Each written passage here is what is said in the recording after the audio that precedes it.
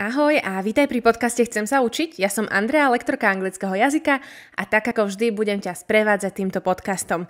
Dnes nás čaká posledná epizóda čítania knihy Robinson Crusoe, takže dnes nám skončí dobrodružstvo, ale nič sa neboj, na ďalší týždeň začne nové, pretože na Instagrame ste si vybrali novú knižku, ktorá je už o level vyššie, čiže pôjdeme na level 3 a budeme si čítať Secret Garden.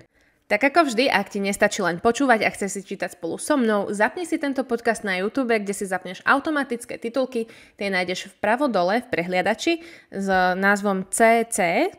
Keď si ich zapneš, uvidíš text, ktorý čítam aj ja.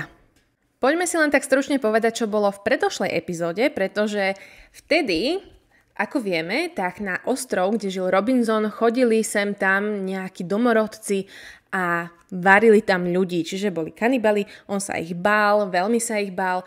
No raz, keď tam bol, tak zachránil jedného chlapca. Tento chlapec nerozprával jeho jazykom, no pomaličky ho naučil rozprávať po anglicky a tým pádom sa vedeli dorozumieť. Žil s ním niekoľko rokov, pomáhal mu a nakoniec sa stalo to, že chceli odísť na ostrov, odkiaľ bol Friday, čo bol ten chlapec. Tak začali vyrábať kanoe, aby sa tam vedeli dostať. Tak dneska zistíme, že či sa dostanú na ostrov, odkiaľ pochádza Friday, alebo sa tam nedostanú. Pokračujeme teda v dobrodružstve. Chapter 8. Escape from the Island. I was now in my 27th year on the island, and I did not want to be there for another year. We worked hard to get the corn in and to make a lot of bread. We had dried fruit and salted meat, and big pots to keep water in. One evening, Friday went out to look for a turtle for meat and eggs. But in less than an hour he was back, and he looked very afraid. "Master, master," he cried. "There's a great ship near the island, and men are coming to the shore in a boat." I jumped up and ran with him down to the shore. To my great surprise, I saw that it was an English ship. But why was it here? English ships never came this way. Perhaps they were pirates. "Don't let them see you, Friday," I called. "We'll hide in the trees and watch." There were 11 men in the boat, but 3 of them were prisoners. Their arms were tied with rope, but their legs were free and they could walk. The other sailors pushed the 3 prisoners up the beach, laughing and shouting and hitting them. Then one of them sat down on the sand and began to drink. Others walked away to look at the island, and 2 men stayed to watch the boat. The 3 prisoners walked slowly along the beach and sat down under a tree, not far from us. They looked very unhappy. Very quietly, we came up behind them through the trees and called out to them in English. "Don't be afraid," I said. "I'm an Englishman. Perhaps I can help you." The 3 men turned and looked at me. They did not answer at once. They were too surprised. Perhaps they thought I was a wild man myself, in a strange homemade clothes of animal skin and with my long hair and beard. Then the oldest man spoke. "I am the captain of that ship," he said, "and these 2 men are my first and second officers. Last night there was a mutiny, and the seamen took the ship from me. Now they're going to leave the 3 of us here to die on the island." "Do these mutineers have guns?" "Only 2, he answered, "and they've left those in the boat." "All right," I said. "We'll fight them, but if we get your ship back for you, you must take me back to England." The captain agreed immediately and thanked me very warmly for my help. Friday ran back to my house to get all the guns, and the captain and I made a plan. The first part was easy, because the seamen were not ready for a fight. We shot the 2 men at the boat, and the captain shot another man. This man, Tom Smith, was the worst of them all, and he began the mutiny on the ship. Then the captain talked to the other 5 men, and they agreed to help him. They did not really want to be mutineers, but they were afraid of Tom Smith. Now, I said to the captain, we must get back to your ship. How many men are on it? 26, the captain replied, and they will fight hard because they won't want to go home. It is death for all mutineers in England, but not all the men are bad. I'm sure that some of them will help me. Just then, we saw another boat, which was coming from the ship to the shore. There were 10 men in it, and they all had guns. We ran into the trees and waited. It was a long, hard fight, but by now it was dark and this helped us very much. We ran here and there in the trees, calling and shouting. The seamen could not see us and did not know how many men were fighting. In the end, the first officer shouted to them, "Put down your guns and stop fighting. The captain has 50 island people to help him. We can kill you all." So the seamen stopped fighting and we took their guns. 3 of the men agreed to come back to the captain and we put the others in my cave. Friday and I stayed to watch the prisoners while the captain and his men went back to fight for the ship. All night we listened to the sound of guns and shouting, but in the morning, when the sun came up, the captain was master of his ship again. I went down to the shore to meet him. "My dear friend," he cried, "there's your ship. I'll take you to the ends of the world in it."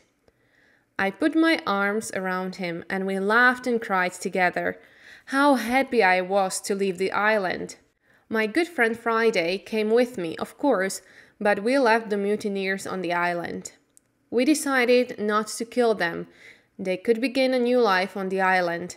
I showed them my tree house, my cornfields, and my goats, and all my tools. Their life would be easy because of all my hard work for so many years.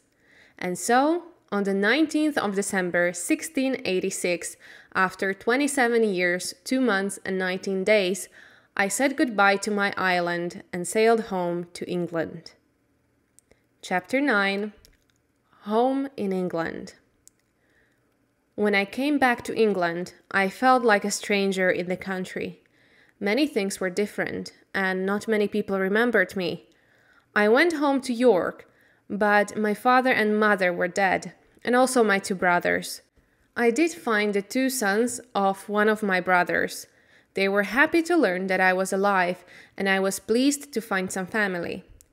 After some months, I decided to go down to Lisbon in Portugal. I had friends there who could help me to sell my land in Brazil, and I needed the money. Friday came with me. He was always a good and true friend to me. In Lisbon, I found the Portuguese captain who took me in his ship to Brazil all those years ago.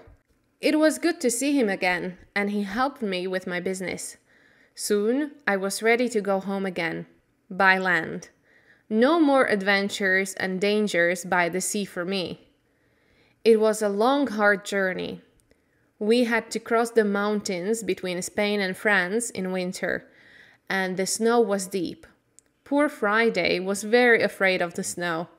In his country, it was always hot, and he did not like cold weather. Back in England, I found a house and began to live a quiet life. My 2 nephews came to live with me.